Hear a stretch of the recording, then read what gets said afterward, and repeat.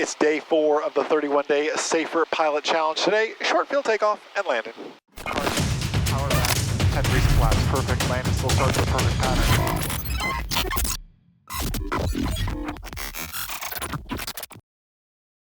What is happening? MzeroA Online Ground School, Jason Shepard here, who is 4 for 4. The 31-day Safer Pilot Challenge. Check in down in the comments below. We are just getting started. So many great videos to come, including a great live stream at the very end of this month on the 31st, probably in the evening, so be watching for more updates on that. I've got one landing here before I show you a short field takeoff and landing, but I want you to hear the winds with me real quick. Visibility 1, 0. Sky condition scattered 7,000. Temperature 2, 8 Celsius. Dew point 2, 1 Celsius. Altimeter 2, 9er, 3. Remarks. Marco, density altitude 1,005. Establishing on a 45 downwind runway. Information not available. Marco Island Executive Airport. Traffic. Automated weather observation 2004 Zulu. Wind 220 at 12. Visibility 220 at 12. I'm taking off 17. And I'm kind of in a weird spot here. I'll show you. I've got this really long hold short line. The end of the runway's over there, but they're parking jets over here. To make my life easier, they're clear of the runway. And Marco Island traffic sky 23 Mike Zulu's departing runway 17, Marco. Why am I doing this? Why didn't I just take that intersection departure back there?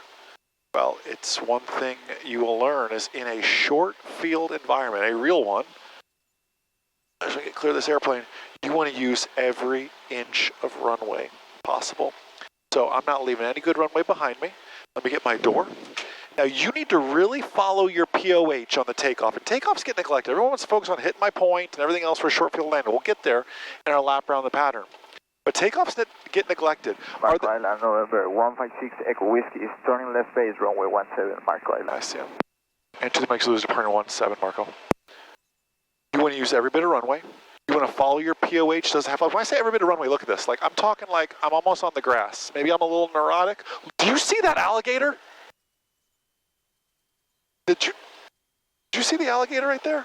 My goodness, that was distracting. I'll take off next to an alligator. Full power. Hold it. Let it go evenly. Engine gauge is green, green, green. Bye, alligator. I'll see you in a bit. You stay over there. Airspeed's alive. Engine gauge is green, green, green. Marco, November. Rotate a hair earlier. Final runway 17, Marco. Good. Climb out VX. Climb, climb, climb. Clear my 50-foot obstacle. Lower my nose for VY. And if you had flaps, now's the time you'd work them out. To the Mike Zulu, we do not use flaps. Did you see that alligator? I hope this camera captured it. Is this camera on? I hope this camera captured it. He had his mouth open. Why did he have his mouth open? Welcome to flying in Florida. I told you the Safer Pilot Challenge is going to be exciting. Well, stick with me. Let's go around. Let's do a spot alligator landing. I'm going to land on the alligator. No, not really. We'll pick a spot on the downwind here. We're going to climb on out. And I'm like all off my game now. There's a big alligator.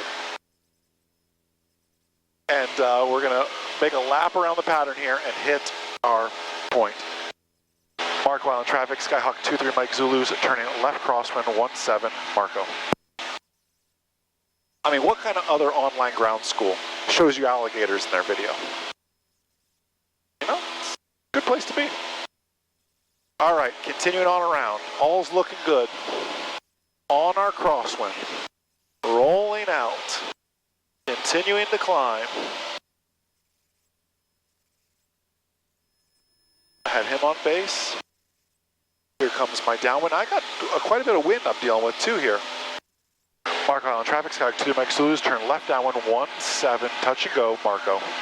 All right. All right. 156 Echo Whiskey is clearing the active Charlie. Nice, clear the runway. Bring my power on back. Where do we want to touch down, team?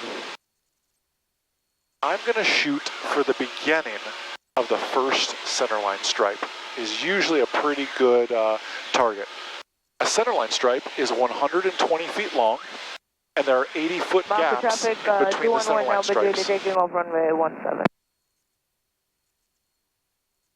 So their lines are a little bit faded, but I can see them from here. Airspeed is king, right? A perfect landing starts the perfect pattern, and airspeed is king.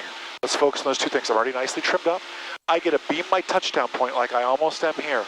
I'm going to go carb heat, bring a little bit of power back, about a run up RPM, maybe more, and 10 degrees of flaps. Remember that nose is going to have a tendency to come up. Make sure you push that nose down.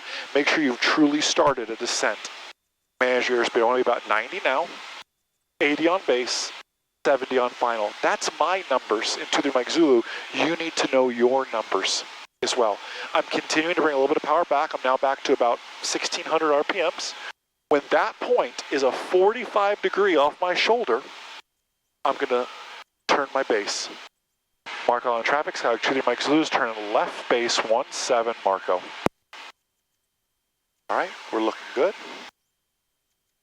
On base, I'm slowing into the 80s. Airspeed wise is the goal. And once I'm wings level, a great way to do that is my next notch of flaps.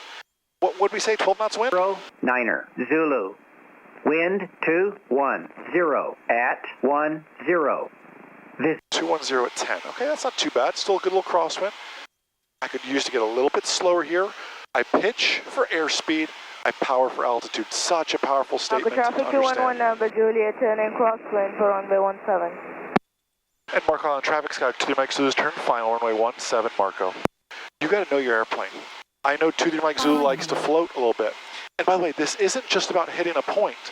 You have to remember that the goal of this is to clear an obstacle and then hit a point. So at a place like Marco Island, you could cheat and just drag it in. We're not dragging it in here. We're trying to clear an obstacle. We have a short runway. Traffic. Hypothetically, at my wings level, last notch of flaps. We have a short runway hypothetically simply because the effective use of it is cut off by this fictitious obstacle. I'm looking good. My airspeed's right at 80. I could use to be a hair slower though, so I'm gonna pitch for airspeed. I'm a power for altitude. My eyes are not looking at the beginning of the first centerline stripe where I want to touch down. What's actually happening is I'm looking like at the beginning of the 17, the bottom of the 17, because I know 23 Mike Zulu likes to float. I can see the alligator, by the way. I don't know if you can, traffic if you can see it. 211 Juliet is on the left downwind, runway 17. I'm aiming ahead of my point. I'm a little bit faster than I'd like to be, but I also have 10 knots here that I'm dealing with. So let's see, I've cleared my obstacle. I'm coming back. Hold it off, hold it off, hold it off, hold it off, and put it down.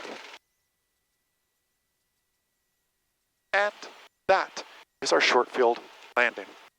Carb heat's going to come in, flap's going to come up. Let me tell you, short fields don't have to be smooth. They don't have to be perfect. You've just got to hit your point, right? I mean, don't send your instructor to the chiropractor by any means, but all your goal is to hit your point. Don't expect it to be a perfect little greaser. Mine right there was not a perfect little greaser, right? It was firm, and we hit our point. A good full stall landing on our point. I was a hair long on our point, but within 35 feet of the beginning of that first centerline stripe as well. That's what you need to be focusing on.